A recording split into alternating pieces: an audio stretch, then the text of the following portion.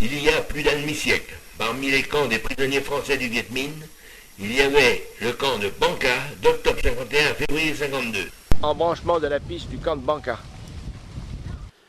Et arrêt obligatoire, contrôle des passeports par l'autorité communiste.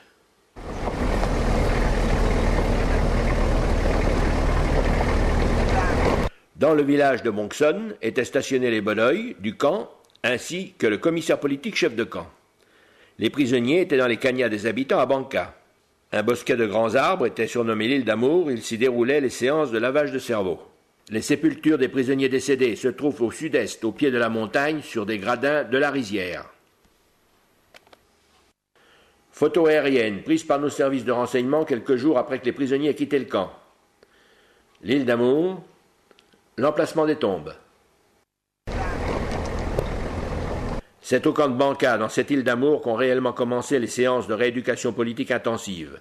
Chaque séance débutait par des chants révolutionnaires que connaissaient les prisonniers anciens FTP.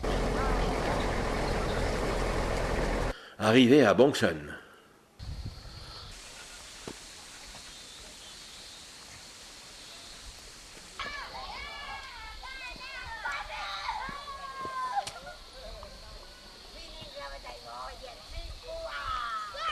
Ce fut la période la plus dure des 4 ans subis par les prisonniers. La situation sanitaire a été catastrophique.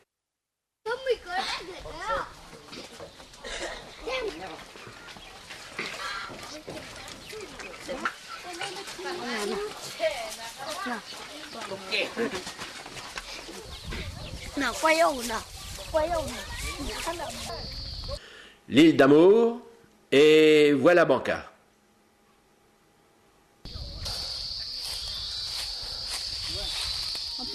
Ici, les prisonniers ont dû élire un comité de paix et de rapatriement. En effet, la perfidie du système communiste était imparable. Si des organismes affaiblis par les rigueurs de la détention, la faim, le froid, les corvées lointaines, voulaient bien coopérer, alors il leur était fait miroiter un rapatriement avant la fin des hostilités. Voyez au-dessus sur la banderole. Contre les fauteurs de guerre.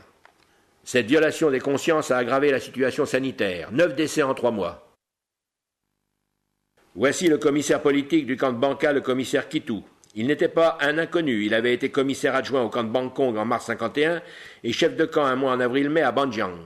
Fils d'un notable anamite possédant à Hanoï une belle maison à l'européenne, comme on le voit, il le milita assez jeune au parti. Fort curieusement, les survivants du camp numéro 1 n'ont pas de jugement sévère envers Kitou. Vraisemblablement a-t-il été assez habile pour appliquer avec rigueur les principes de la rééducation politique communiste, tout en traitant individuellement chacun avec une certaine urbanité. En fait, dans son livre, il n'a pas refermé le passé douloureux, contrairement à ce qu'il dit, mais il a ravivé une plaie qui n'est pas cicatrisée après un demi-siècle. Il n'a pas fait œuvre d'historien en n'instruisant pas l'affaire des camps à charge et à décharge. Il feint de prendre pour argent comptant tout ce que les prisonniers ont signé sous peine de ne pas voir atténuer leurs difficultés d'existence. Et pour bien humilier, il publie le facsimilé de leur écriture. Les prisonniers se régalent devant l'arbre de Noël, dit Kitou. Oui, mais tous sont revenus en affichant un poids bien inférieur à 50 kilos. Le NIN m'a demandé si je voulais voir Kitou. J'ai donc rencontré Kitou. Il est actuellement en fin de vie, en mars 2001, en la présence de son chef, le commissaire politique Truong Dagvi. Madame Kitou, l'épouse de Monsieur Kitou. Oui, monsieur.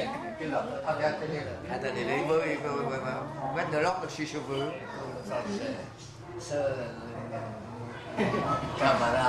Voici l'un des chefs des commissaires politiques des camps de prisonniers, Truong Dagvi.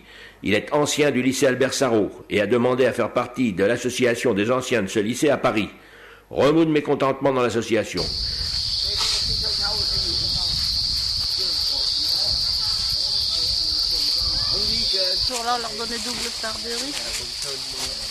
Le capitaine Cazot, qui commandait le 3e GCCP, prisonnier sur la RC4, sentant ses forces l'abandonner avant de décéder, donna l'ordre à tous les officiers à Banca de signer tous les documents de propagande communiste, en particulier le manifeste pour la paix. À partir de cette date, l'amélioration matérielle fut évidente.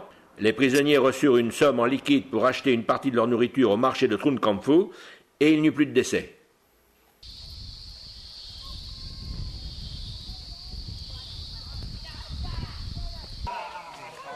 Arrivé au village de Banca.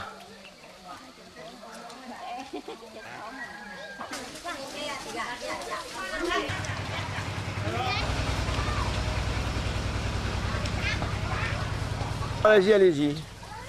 Le mouroir, alors. Bah oui, la chambre. Ouais. Mais c'est une autre maison, bien entendu, puisque elles étaient sous pilotis, tout ça. Ouais. C'était une rebâtisse.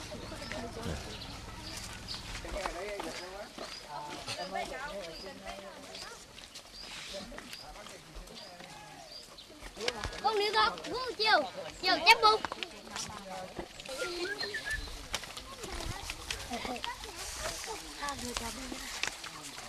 Il nous suivait jusqu'au bout.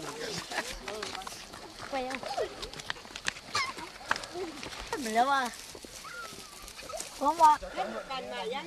Voilà.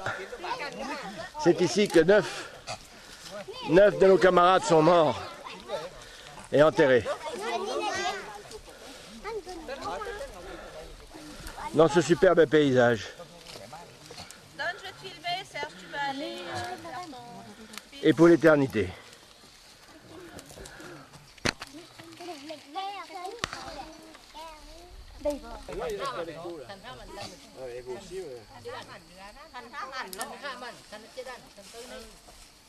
Ici sont enterrés nos camarades. Cazot, capitaine Cazot, décédé le 9 octobre 51, du 3e GCCP. Commandant le 3e GCCP.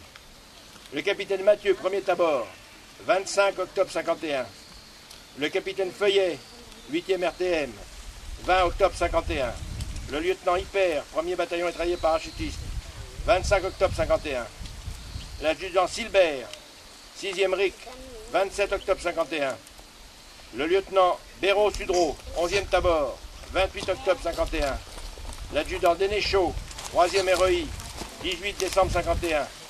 L'adjudant Pémurelli, 1er tabord, 25 décembre 51. L'adjudant Houen, 8e RTM, 1er janvier 51. Pardon, 1er janvier 52.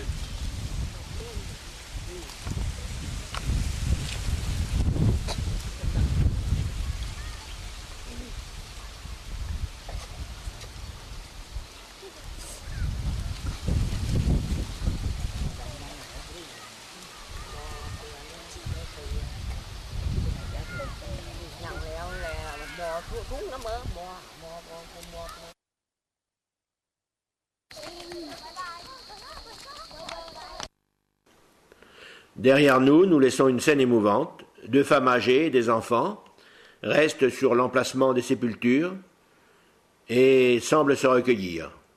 Beaucoup de sympathie aussi dans ce village. Sarton ở đây. Charton? Sarton. Ah oui? Voilà, c'est là qu'ici était Charton. Làng Bản Ca là dân số trẻ. Trẻ nhiều. Đây ở đây ok, cái gia đình nhiều mà. Cả làng trên làng dưới hơn trăm. Voici les 20 km qu'avaient à parcourir les prisonniers pour aller à la corvée de ravitaillement à Troukanfou, auquel faut rajouter 20 pour le retour. Les prisonniers de corvée mettaient 2 jours. Ils passaient la nuit dans une caverne et Moricher dit qu'avec sa grande barbe à la lueur d'un feu de bois, cela lui évoquait la vie de l'homme des cavernes. Et au retour, il fallait porter sur ses épaules une charge de 10 à 20 kilos.